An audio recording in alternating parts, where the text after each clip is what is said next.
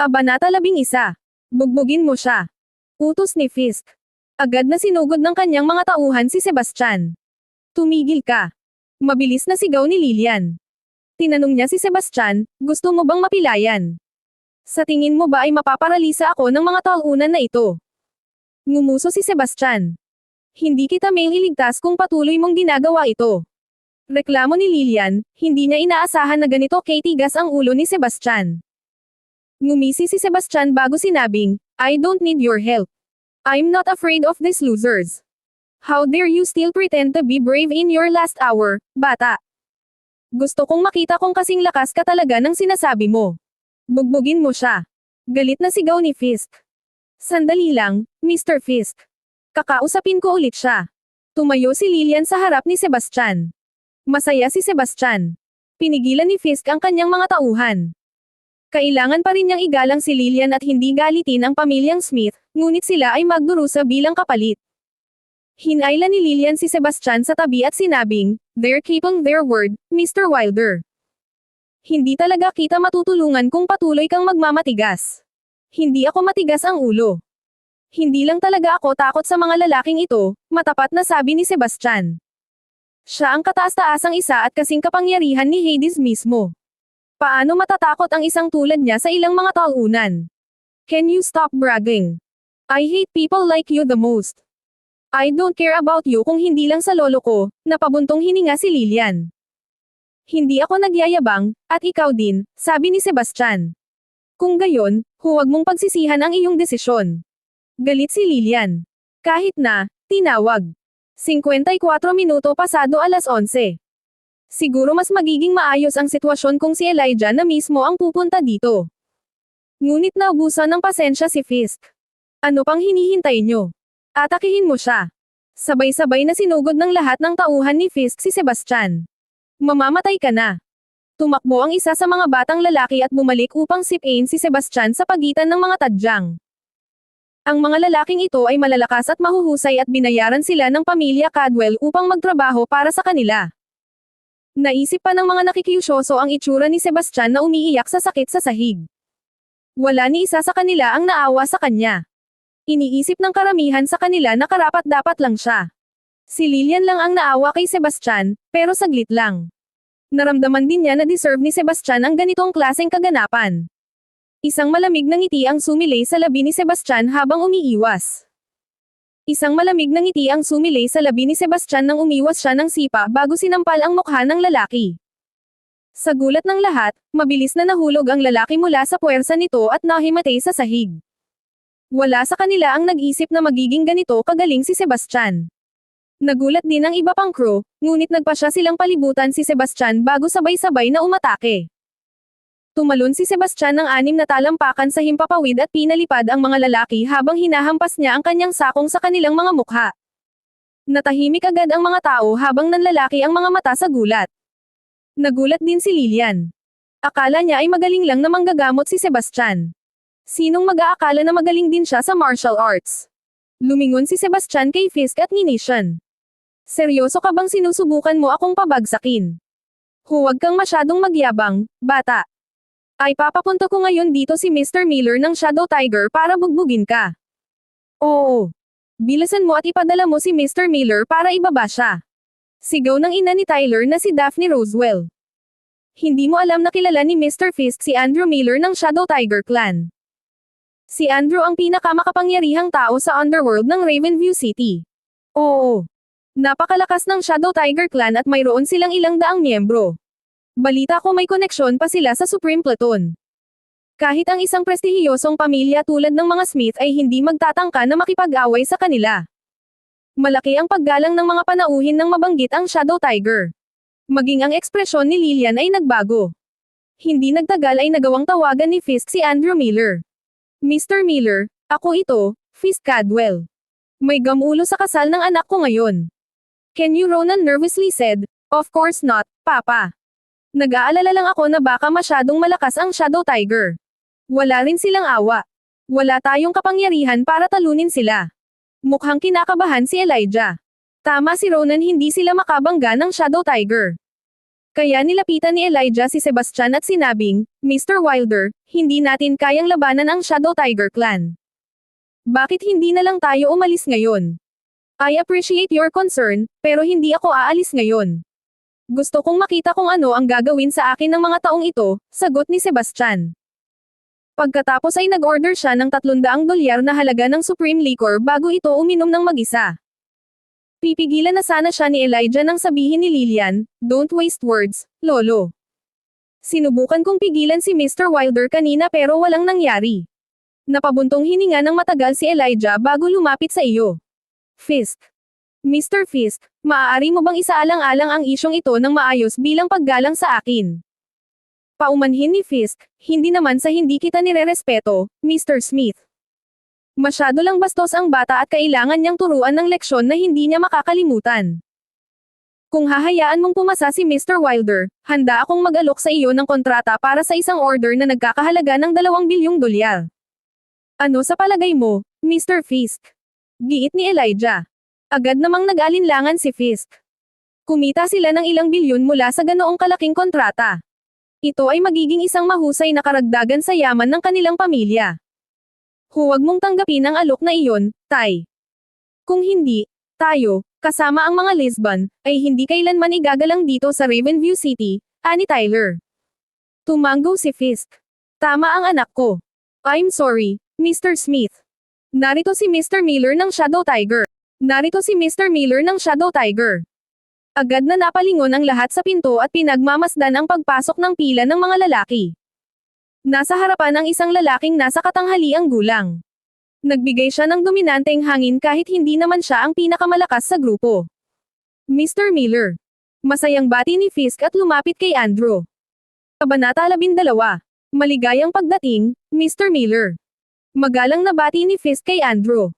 Binati rin ng kanyang pamilya si Andrew ng may malalim na paggalang. Pinagmasdan ni Andrew sina Tyler at Maria at kinagat ang kanyang dila. Nakakatakot na masaktan sa araw ng iyong kasal. Dapat mong ipaghiganti kami, Mr. Miller. Tumugon si Fisk sa sitwasyon sa pamamagitan ng pagsasabi. Nakakamangha ang gag na iyon. Hindi man lang siya natakot nang marinig niyang dumating ka.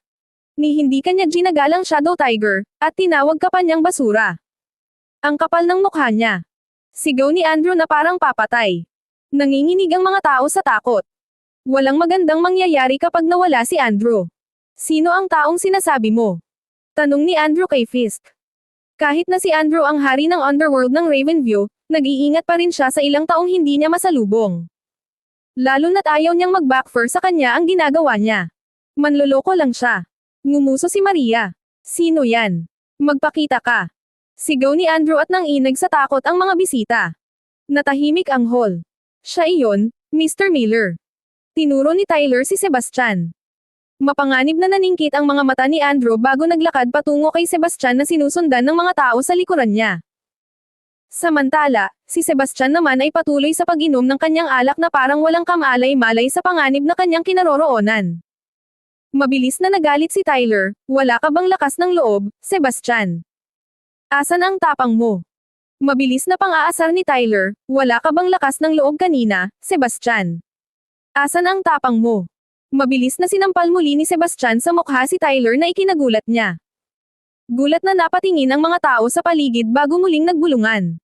Matapang talaga ang batang iyon. Sinampal niya talaga si Mr. Cadwell sa harap ni Mr. Miller.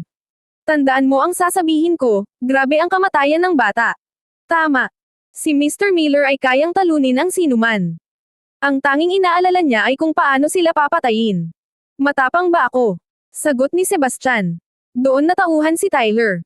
Sumigaw siya, tingnan mo siya, Mr. Miller. Malinaw na hindi kanya iginagalang. No one has ever tried to trouble me in my presence. Since ikaw ang nauna, magbabayad ka ng mahal. Break his leg. Utos ni Andrew. Pagkatapos ay sumugod ang mga alagad kay Sebastian. Sandali lang. Tumakbo si Elijah at sinabi kay Andrew, maaari mo bang ipasa siya para sa akin, Mr. Miller? Iniligtas niya ang aking buhay. Ngumisi si Andrew. Para sa'yo. Ano bang pakialam ko dyan? Lahat kayo na hindi kasali dito umalis na kayo. Mabilis na tumakbo palabas ng hotel ang mga bisita sa gulat. Kahit na lahat sila ay maimpluwensya o mayaman, sila ay walang halaga kumpara kay Andrew Miller. Si Andrew ang hari ng underworld ng Ravenview at may ilang daang tao na ipinangalan sa kanya na mabangis at malupit. Muling magsusumamo si Elijah para kay Sebastian, ngunit mabilis siyang hinailan ng kanyang mga espada. Umalis na rin sina Ronan at Jamie dahil hindi rin nila kayang labanan si Andrew. Tumingin si Lillian kay Sebastian sa huling pagkakataon na medyo nalungkot na hindi niya alam kung bakit. Ninakaw ni Sebastian ang kanyang virginity, pero ayaw pa rin niyang mapahamak siya. Pero hindi makontrol ni Lillian ang sitwasyon kaya walang kwenta ang pananatili niya roon. Baka may problema lang siya. Tanging Lisbon, Cadwell, at mga tao ng Shadow Tiger Clan ang naiwan sa venue ng kasal. Andin din si Sebastian, syempre umiinom pa rin ng alak na parang walang nangyayari. Ngumisi si Andrew. Ang lakas ng loob mo, anak. Sayang naman ang tanga mo. Tama na. Kabanata 13. Biglang may nagsalita. Paparusahan na ni Andrew si Sebastian ng isang grupo ng tao ang lumapit. Pinangunahan ng isang bata pa at magandang babae ang isang grupo ng bodyguards na para bang isa siyang reyna at sila ang mga tauhan niya. Anong ginagawa mo rito, Ms. Green? Tanong ni Andrew at naglaho kaagad ang galit niya. Bakit hindi ako pwede rito? Ang pamilya ko ang may-ari ng hotel na to. Para naman sa inyong lahat na gumagawa ng eksena rito, hindi ba binabastos nyo ang pamilya ko? Dumating si Natalie, ang sekretarya ni Sebastian. Siya rin ang anak ng isa sa 4 prestigious families sa Ravenview City, ang mga Green. Kahit na nakakagulat sa umpisa na naging sekretarya ang isang babaeng tagapagmana, isa talaga itong matalinong desisyon mula kay Natalie.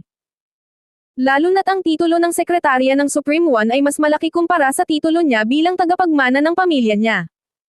Nakinabang din ang buong pamilya niya sa posisyon niya. Halimbawa, hindi na masyadong nagpumilit si Andrew Miller na gumawa ng eksena, ngayon nandito si Natalie. Huwag kang magalit, Ms. Green. Nandito lang ako dahil hiningi ng Caldwell family ang tulong ko para turuan ng leksyon ang isang tao. Kailangan ko lang ng ilang minuto para tapusin ito bago ako umalis sa hotel mo, sabi ni Andrew nang may napakamapagpakumbabang tono. Sino ang taong ta? Tanong ni Natalie. Siya. Tinuro ni Andrew si Sebastian. Ngumisi si Natalie. Papayuhan kitang huwag kang maglaro ng apoy, Tiger. Hawakan mo lang ang isang buhok sa ulo ni Mr. Wilder at nangangako akong magiging matindi ang kapalit nito. Pinoprotektahan mo ba siya? Oo. Walang pwedeng manakit kay Mr. Wilder ngayon basta't nandito ako. Matatag na sabi ni Natalie. Mukhang kinabahan si Andrew. Nangako siya sa Cadwell family na tutulungan niya sila simula nang hinayaan nila siyang makuha ang isa sa mga anak nila ilang araw ang nakaraan. Kung hindi man lang niya mailigpit ang napakaliit na bagay kagaya ng manlolokong ito gaya ng hiling ng mga Cadwell at sa unang paghingi pa nga nila ng tulong, sobra siyang mapapahiya. Paano kung nagpumilit ako? Malamig na sagot ni Andrew. Pwede mo namang subukan. Kumaway si Natalie at kaagad na naghanda ang mga bodyguard niya. Ang lahat ng mga bodyguard na ito ay lumaban sa gyera, kaya wala sa kanila ang takot sa Shadow Tiger Clan. Ang totoo, mayroon pa nga silang kagustuhang labanan silang lahat. Napabulala si Andrew sa gulat, nagbibigay lang ako ng respeto sa iyo para sa Supreme One, Ms. Green. Huwag kang abusado. Kung ganon, alam mo na sinusuportahan ako ng Supreme One. Kung ganon, dapat umalis ka na kasama ng mga tao mo, kundi, tatawagan ko kaagad ang Supreme One. Sino sa tingin mo ang kakampihan niya? Ako o ikaw? Tinaas ni Natalie ang phone niya sa pang-aasar. Tinitigan ni Andrew si Natalie ng matagal bago piniling umalis. Tara na. Si Andrew man ang hari ng underworld ng Ravenview City, pero wala lang siya kumpara sa Supreme One. Si Natalie ang sekretarya ng Supreme One, at baka nga may relasyon sila. Malay mo. Kaya kung talagang tawagin niya ang tulong niya, hindi na masisinagan ng araw si Andrew. Huwag kang umalis, Mr. Miller. Sigaw ni Fisk. Natarante na sila ngayon ng pamilya niya. Pero hindi siya pinansin ni Andrew at mabilis na umalis kasama ng mga tao niya. Nagkataong naubos na ni Sebastian ang huling baso ng wine niya, tumayo siya para harapin ang Cadwell family bago nagsabing, sinabi ko na sa iyong di ako matatakot kahit na papuntahin mo ang Diyos dito. Ngayon, naniniwala ka na ba sakin? Hindi ka pa nananalo, bata.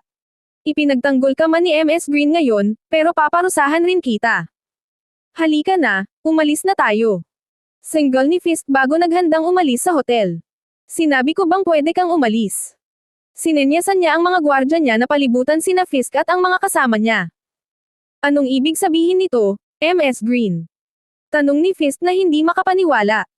Hindi siya pinansin ni Natalie at tinanong si Sebastian, paano mo sila gustong parusahan, Mr. Wilder? Nagbago ang ekspresyon ng mga Lisbon ay mga Cadwell nang marinig ito. Nagkakamali ka yata, Ms. Green. Manloloko lang siya na dumating dito at gumawa ng eksena sa kasal ng anak ko. Nagkakamali ka yata, Ms. Green. Manloloko lang siya na dumating dito at gumawa ng eksena sa kasal ng anak ko. Matitiis naming hindi mo kami bigyan ng paliwanag kahit na ikaw ang may-ari ng hotel, pero ngayon, iniisip mo pa ang opinyon niya. Kalokohan na yan. Galit na sigaw ni Fisk. Nagsalita si Natalie nang nakangisi, kaibigan ko si Mr. Wilder. Kapag kinalaban nito siya, magiging kalaban niyo ako. Siya ang magpapasya kung paano kayo ililigpit. Imposible ta. Manloloko lang siya. Paano mo siyang naging kaibigan? Hindi makapaniwalang tanong ni Daphne. Tama, Ms. Green, wag lang magpaloko sa kanya. Engaged kami noon, pero masyado siyang mahirap para magustuhan ko siya. Paanong nababagay ang isang kagaya niya na maging kaibigan mo? Reklamo ni Maria. Kailangan niyo ba kong di katahan kong? Sino ang dapat kong kaibiganin? Kung inang nang mabangis ang mga mata ni Natalie bago siya nagpatuloy na maghintay sa mga utos ni Sebastian. Naginat ng likod si Sebastian at tamad na nagsabing, gusto niyo kong pakainin ng dog food kanina, di ba? Bakit hindi tayo maghanda ng tig-isang bowl para sa inyo? Pwede na kayong lumayas pag naubos niyo ito, pero kung hindi, ipapakain ko kayong lahat sa mga lobo.